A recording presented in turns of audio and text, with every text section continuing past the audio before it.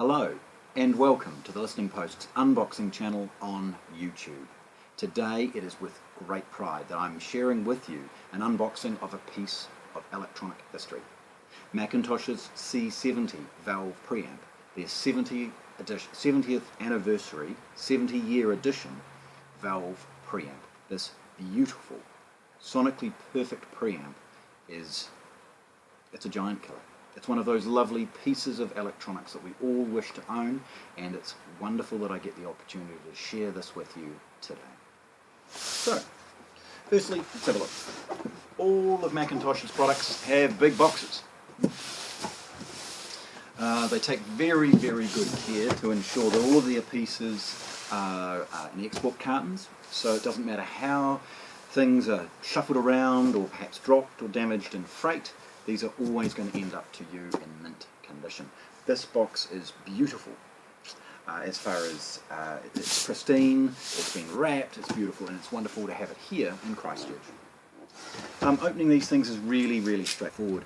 Very, very easy as we run a craft knife along both sides to break the factory tape, and then carefully across the top. Obviously, whenever you're running a craft knife across the top of a box, just make sure you're not too deep with the knife. You never ever want to cut something underneath and obviously ruin your day when you open it to discover that you've damaged your new piece. Having a look as we took this forward, you'll see the second box that is classic as far as the packaging for McIntosh. Everything is inside foam to support it. Taking it out is relatively straightforward, and of course we get rid of this box and concentrate on the fun stuff. Okay, so at this point we're looking of course at what is inside the freight box, and removing these foam ends is very, very straightforward as we start to get down to the inner box. The box has a duplication of the model and serial number information on the top, and then it is sealed using factory tape along one side. Opening that is very, very straightforward as you just sort of use the knife to follow the curvature of the box. And once that flap is open, it's very, very easy to go that next step. Inside the box, the first thing you will see, again, is the care and attention with the packaging. It has a piece of closed cell foam perfectly cut to the shape of the preamp to support all edges and sides.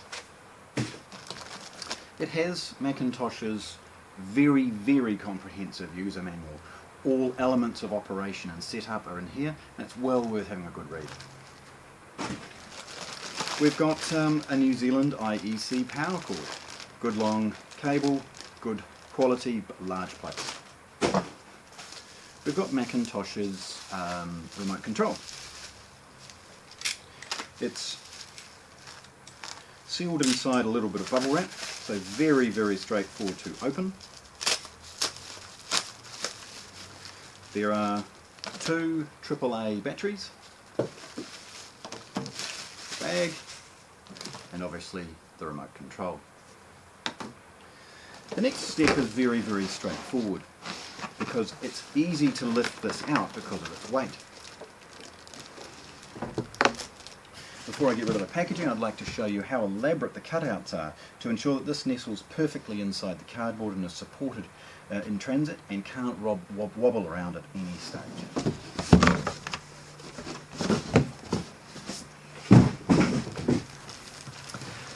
Now, the inner bag is sealed with a little bit of sellotape at the base. A simple nick, and we can easily get in.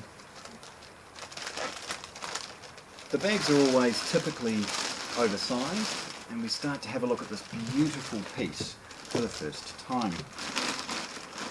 Just rocking it carefully as we drag the bag over the feet. In the bag is a desiccant moisture absorber, and there we have it for the first time. Tipping it forward gives you a good look at just how beautiful this product is. The design and build is second to none. They've really spent some time ensuring that this product is one of the signature pieces in their range. Looking briefly at the front, we start to understand some of the craftsmanship and work that has gone into this piece. The first over here is the ability to select the inputs. Now this is a rotary encoder which runs relays towards the back of the unit. Beneath that is the ability to control tone for bass and treble, and a headphone socket. It's a 6 1/4 inch. It's interesting to note that headphone socket is genuinely very, very good.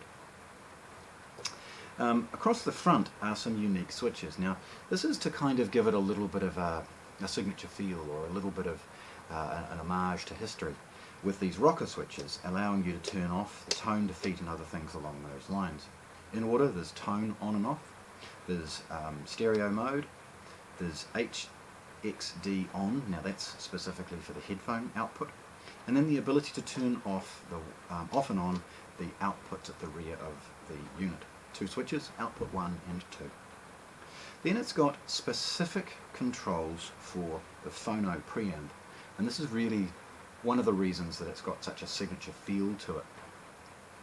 Turntables, of course, have always been the very best as far as our analog sources, and it's wonderful to see that McIntosh has taken so much time to ensure that that is perfect in this preamp.